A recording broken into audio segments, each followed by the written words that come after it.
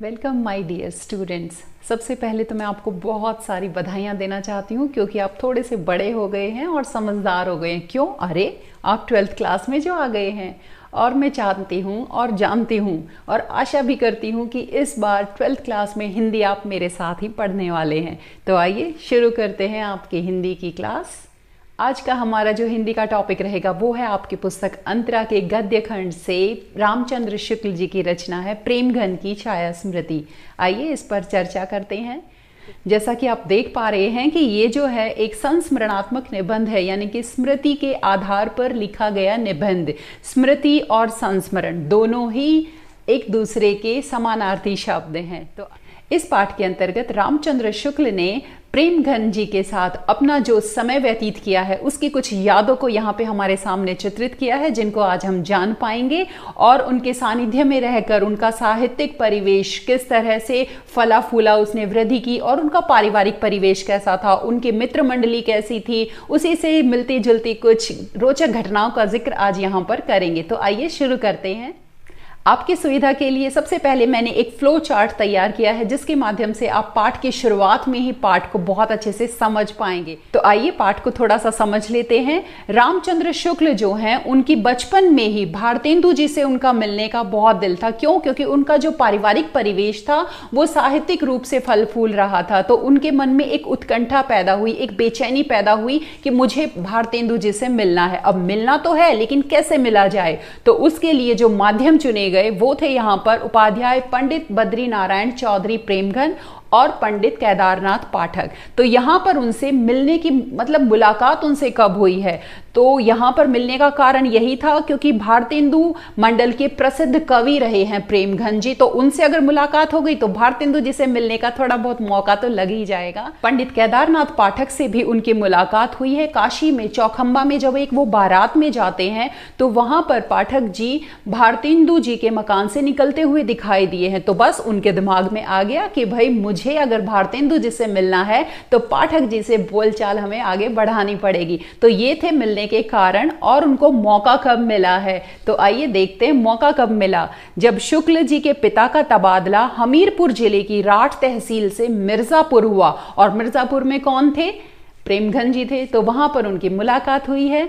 और पाठक जी से मुलाकात कब हुई है कि पाठक जी का जो एक हिंदी पुस्तकालय था जहां पर अक्सर रामचंद्र शुक्ल का आना जाना रहता था, इस वजह से उनका यहां पे पहला परिचय हो चुका था।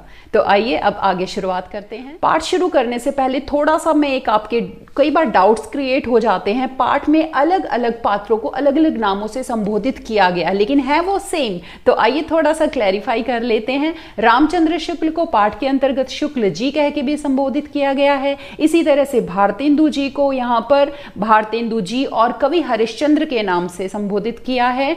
ज्यादातर जो दिक्कत आती है, बच्चे जो समझने में थोड़ा सा कंफ्यूज हो जाते हैं, वो है यहाँ पर उपाध्याय पंडित बद्री नारायण चौधरी प्रेमघन।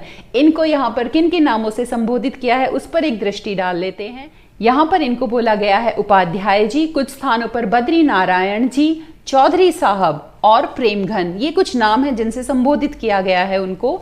पंडित केदारनाथ जी पाठक को पाठक जी के नाम से संबोधित किया गया है। तो आइए पाठ की शुरुआत करते हैं।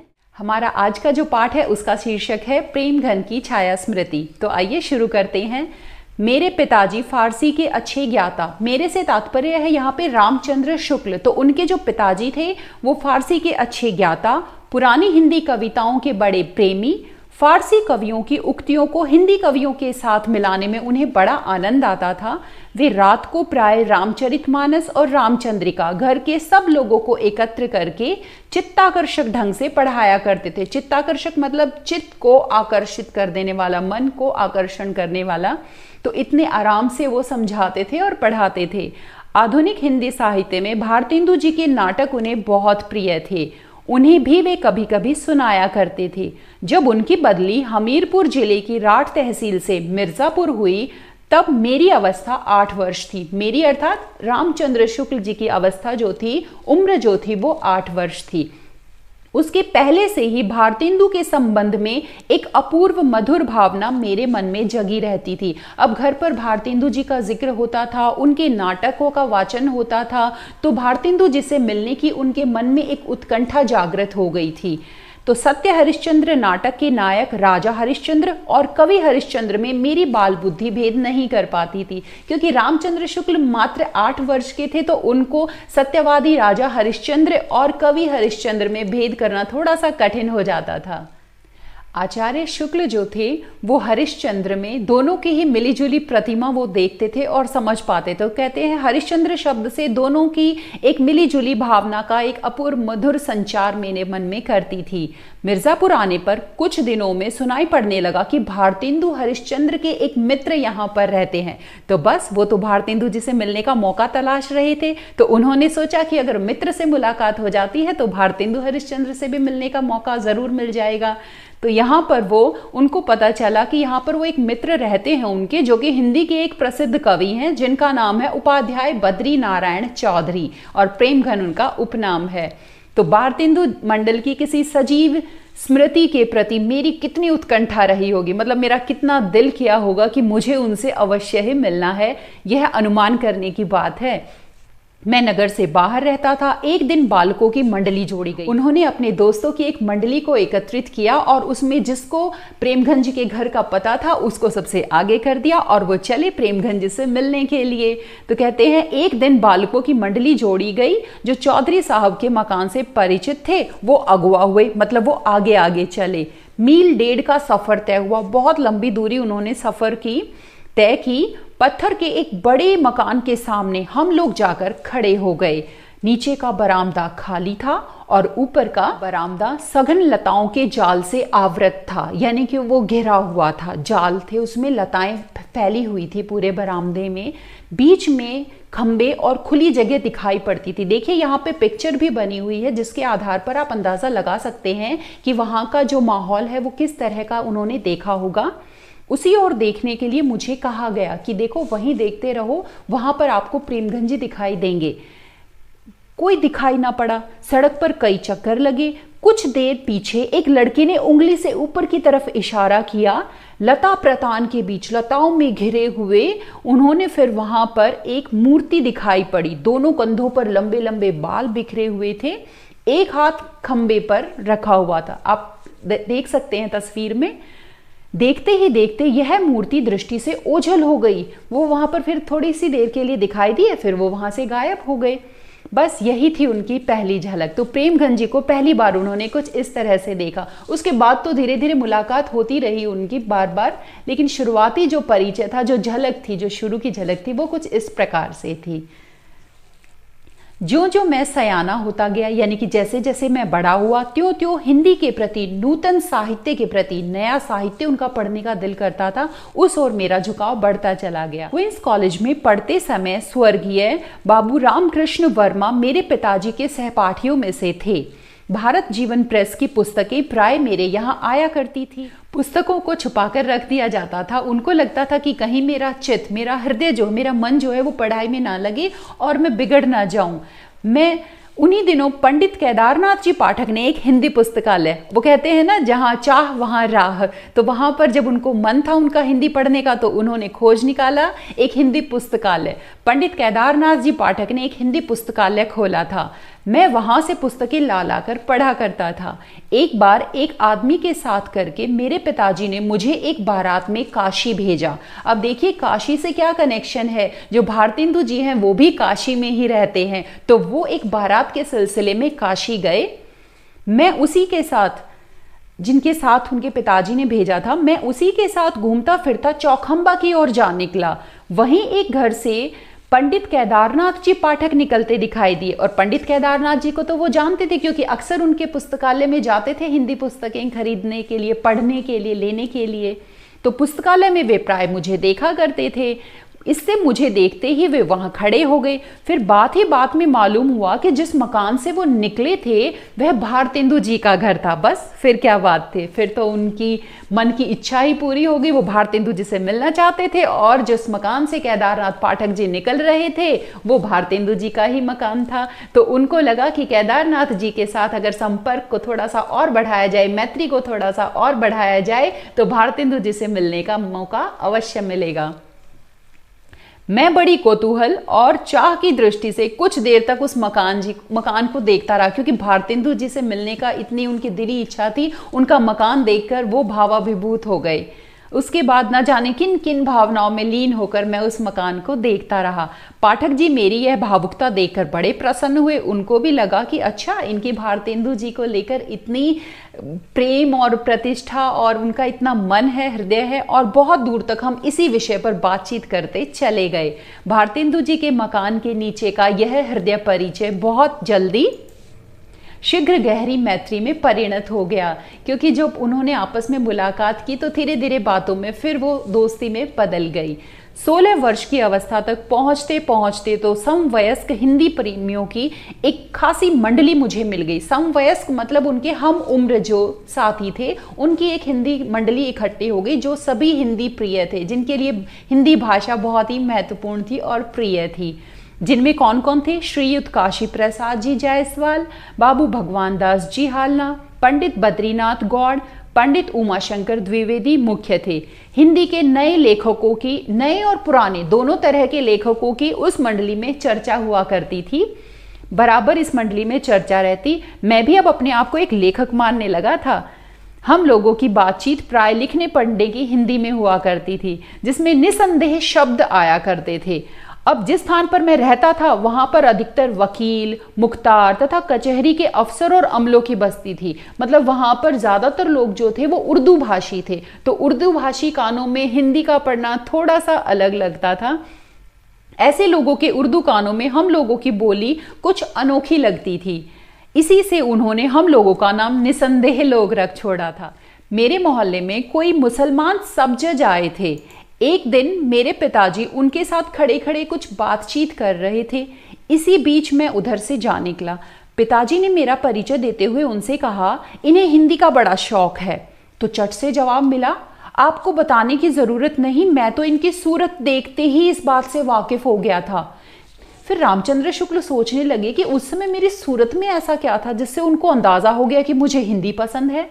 इस समय नहीं कह सकता, क्योंकि यह आज से 30 वर्ष पहले की बात है। मतलब उस टाइम वो 16 वर्ष के थे और तकरीबन इस समय, जिस समय उन्होंने लिखा है, तो वो 46 वर्ष के आसपास उनकी उम्र रही होगी। तो वो कुछ बता नहीं सकते, क्योंकि ये स्मृति के आधार पर लिखी हुई रचना है। चौधरी साहब से तो अब अच्छी तरह से परिचय हो गया था। अब उनके यहाँ जाना एक लेखक की हैसियत से होता था। हम लोग उन्हें एक पुरानी चीज समझा करते थे। पुरानी मतलब यहाँ पर वो वरिष्ठ थे, अनुभवी थे, उनके पास बहुत एक्सपीरियंस था, तो उस आधार पर उनको पुरानी चीज माना जाता था। इस पुरातत्व की दृष्टि में प्रेम और कौतूहल का एक अद्भुत मिश्रण रहता था। वो पुराने अवश्य थे, लेकिन उनके पास जो अनुभव था, जो ज्ञान का भंडार उनके पास था, और संवादों की जो शैली वो प्रयोग करते थे, उनकी जो बातचीत की शैली होती थी, बोलने का जो अनोखा अंदाज होता था, निराला अंदाज होता था, जिसकी वजह से यहाँ पर उनसे बात करने में एक प्रेम और एक कौतूहल, एक जिज्ञासा कि अब क्या बोलेंगे, अब कैसे बोलेंगे, उनको सुनने के लिए रामचंद्र शुक्ल और उनके दोस्तों की जो मंडली थी वो उत्सुक रहती थी। तो अक्सर उनके यहाँ आना जाना लगा रहता था। यहाँ पर यह कह देना आवश्यक है कि चौधरी साहब एक अच्छे खासे हिंदुस्तानी रईस थे। वसंत पंचमी, होली इत्यादि अवसरों पर उनके यहाँ खूब नाच रंग और उत्सव हुआ करते थे। उनकी हर एक अदा से रियासत और तबियतदारी टपकती थी। कंधों तक बाल लंबे लटक रहे हैं और आप इधर से उधर टहल रहे हैं। एक छोटा सा लड़का पान की तश्तरी लिए पीछे पीछे है, तो उनकी शान और शौकत देखते ही बनती थी। बात की काट छाट का तो क्या कहना, वो सीधे सीधे बात करते ही नहीं थे, थोड़ा सा घुमा फिरा के वो बातों को करते थे। जो बात उनके मुंह से निकलती थी उसमें एक विलक्षण वक्रता होती थी। विलक्षण मतलब अद्भुत, और वक्रता मतलब थोड़ा सा टेढ़ापन होता था उनकी बातों में। उनकी बातचीत का ढंग उनके लेखों के ढंग से एकदम निराला होता था। अब उनकी बातचीत का ढंग कैसा था, वो किस तरह से बात करते थे, इस पे भी थोड़ा सा एक दो घटनाएं उन्होंने यहाँ पे दी हुई हैं, वो पढ़ते हैं। बड़ी ही रोचक घटनाएं हैं। नौकरों तक के साथ उनका संवाद सुनने लायक होता था। अगर किसी नौकर के हाथ से कभी कोई ग्लास वगैरह गिरा तो उनके मुंह से यही निकला, का रे बचात ना ही। मतलब वो सीधा सीधा नहीं कहेंगे कि तुमने ग्लास तोड़ दिया है, बल्कि वो इनडायरेक्टली, यानी कि वो वक्रतापूर्ण अंदाज में उन्होंने कहा कि का रे बचा तो ना ही। उनके प्रश्नों के पहले क्यों साहब अक्सर लगा रहता था। वे लोगों को प्राय बनाया करते थे, मतलब उनकी खिंचाई किया करते थे। इससे उनसे मिलने वाले लोग उनसे बनाने के फिक्र में, अब भाई आप किसी की खिंचाई करेंगे तो दूसरा भी आपको बख्शने वाला नहीं है, तो दूसरे भी उनकी टांग खिंचाई करने से पीछे नहीं हटते थे। मिर्जापुर में पुरानी परिपाटी के एक बहुत ही प्रतिभाशाली कवि रहते थे जिनका नाम था वामनाचार्य गिरी। एक दिन वे सड़क पर चौधरी साहब के ऊपर एक कविता जोड़ते चले जा रहे थे। अंतिम चरण रह गया था। चौधरी साहब अपने बरामदे में कंधों पर बाल छिटकाए खंबे के सहारे खड़े दिखाई पड़े। चट कवित पूरा हो गया। एकदम से उनके दिमाग में आ गया कि मुझे क्या लिखना है, और वामन जी ने नीचे से ही वो लिख दिया और उन्होंने ललकारा, उस कवित को पुकारा। बोला, क्या कहते हैं, जिसका अंतिम अंश क्या था, खंबा टेकी खड़ी जैसे नारी मुगलाने की, कि इस तरह से प्रतीत हो रहे हैं जिस तरह से मुगल नारियां दिखाई पड़ती हैं। आगे एक और रोचक घटना का जिक्र यहाँ पर किया गया है। एक दिन कई लोग बैठे बातचीत कर रहे थे, इतने में एक पंडित जी आ गए। चौधरी साहब ने पूछा, कहिए क्या हाल है। अब चौधरी साहब सीधे सीधे बात नहीं करते थे, तो सामने वाले भी उनकी खिंचाई करते थे। तो पंडित जी भी थोड़ा सा वक्रतापूर्ण शैली में व्यंग्यात्मक तरीके से कहते हैं। पंडित जी बोले, कुछ नहीं, आज एकादशी थी, कुछ जल खाया है और बस चले आ रहे हैं।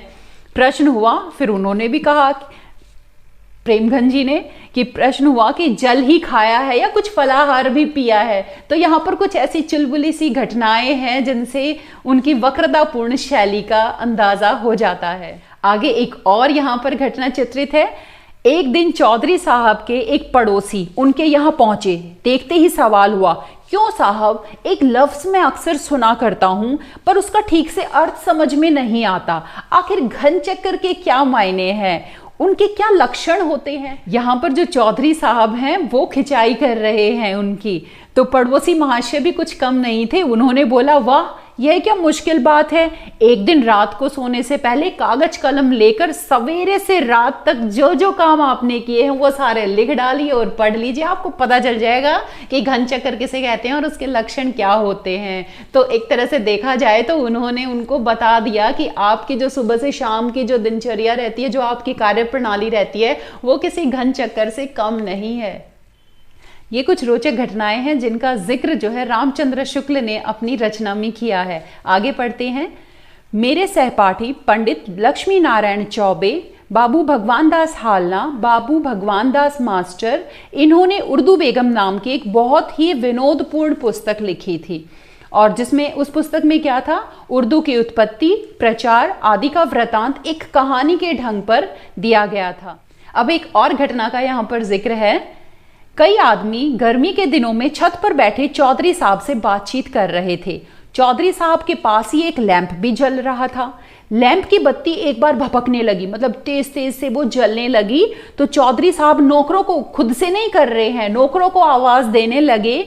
मैंने चाहा कि बत्ती को बढ़कर आगे नीचे गिरा दूं, मतलब थोड़ा सा उसका वो कम हो जाए, लौ जो जल रही है, भभक रही है, वो थोड़ी सी कम हो जाए। लेकिन जो लक्ष्मी नारायण थे, जो मेरे दोस्त थे, उन्होंने तमाशा देखने के विचार से मुझे वहां पर धीरे से रोक दिया। उन्होंने सोचा कि चलने दो, मजा लेते हैं, देखते हैं क्या होता है। चौधरी साहब कहते जा रहे हैं, क्या कह रहे, अरे जो फूट जाई तबे चलत आवह। अंत में चिमनी जो है वो ग्लोब के सहित चकनाचूर हो गई, पर चौधरी साहब का हाथ लैंप की तरफ नहीं बढ़ा। मतलब उनकी एक अलग ही रईसी, जो उनका अंदाज था, वो हर जगह देखने को मिलता है। उसके बाद कहते हैं, उपाध्याय जी नागरी को भाषा मानते थे। नागरी मतलब देवनागरी, हिंदी की जो लिपि है वो देवनागरी है, तो वो नागरी को यहाँ पर भाषा मानते थे और बराबर यानी कि हमेशा नागरी भाषा ही लिखा करते थे। उनका कहना था कि नागर अपभ्रंश से जो शिष्ट लोगों की भाषा विकसित हुई वह नागरी कहलाई है। यानी कि पहले प्राकृत भाषा थी, फिर अपभ्रंश आई, फिर उसके बाद एक शिष्ट भाषा जो मानक शुद्ध हिंदी आई है वो देवनागरी लिपि, तो वहां पर वो नागरी को ही भाषा मानते थे। इसी प्रकार वो मिर्जापुर ना लिखकर मीरजापुर लिखा करते थे, और उसका अर्थ वो क्या कहते थे, लक्ष्मीपुर। यानी कि मीर से तात्पर्य है समुद्र, और जा का मतलब होता है पुत्री, यानी कि समुद्र से जो पुत्री जो जन्म हुआ है, यानी कि समुद्र की पुत्री जो है लक्ष्मी जी है। समुद्र मंथन के दौरान लक्ष्मी जी आई थी, तो यहाँ पर समुद्र की पुत्री अर्थात लक्ष्मी जी और पुर यानी कि लक्ष्मीपुर। तो यहाँ पर आपका जो पाठ है वो समाप्त होता है।